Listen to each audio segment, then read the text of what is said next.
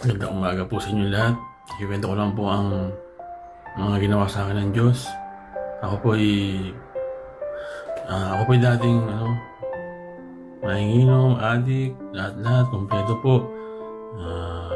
Nga po, nagda-drugs, lahat. Tapos nagkaroon pa po ako ng mga krisis sa buhay. Halos maging patapon na ang buhay ko. Tapos, wala akong makain, wala akong pambili ng sigarilyo, wala akong pambisyo, wala akong pambili ng pagkain, lahat. Natutulog na lang po ako sa may parko. At buti na lang po, at meron pa akong girlfriend na napakabuti, na itong si Rosalie, hindi ako iniwan.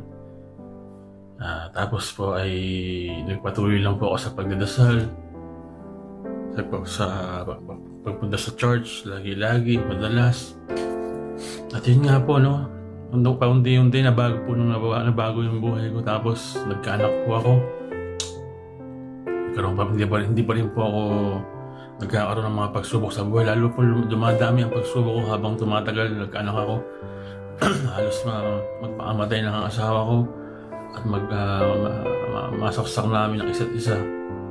Talagang napakarami pong pagsubok na dumating sa amin buhay. So, ngayon lang po, nung tumigil na po ako sa paninigarilyo, sa pagbibisyo, sa pag-iinom, nabago po ito lahat ng Diyos. Dahil sa pagtigil ko sa paninigarilyo, pagbibisyo. Nagkasyabu rin po kasi ako dati. Yung sigarilyo po, malakas po ako manigarilyo, isang taha po ako sa isang araw. So lahat po na yan tinigil ko. After po niyan, napakagaan na po ng buhay ko ngayon. Kahit anong problema, parang wala akong problema.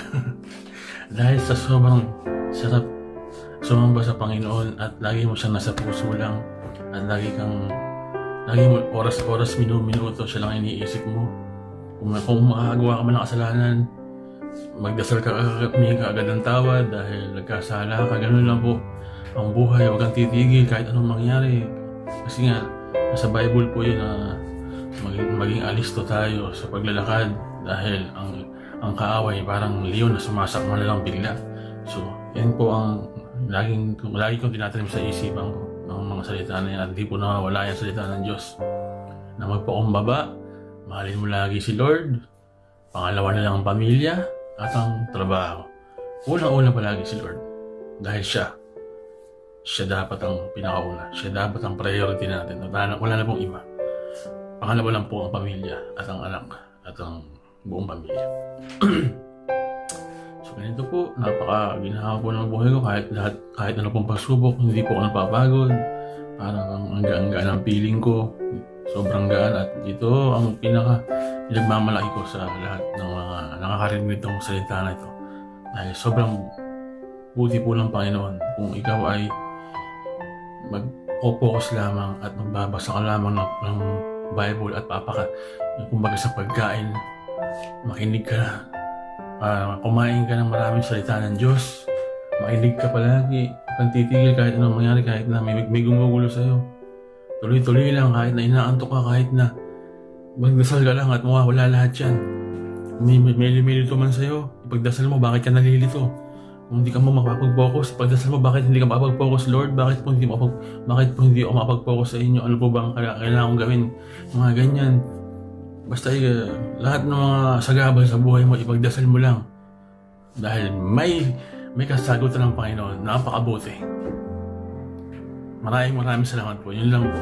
God bless in all. Jesus is the Lord. He loves us first. So, magmahalan tayo lahat. Jesus is our Savior and our Lord and Savior in our life. In Jesus' name.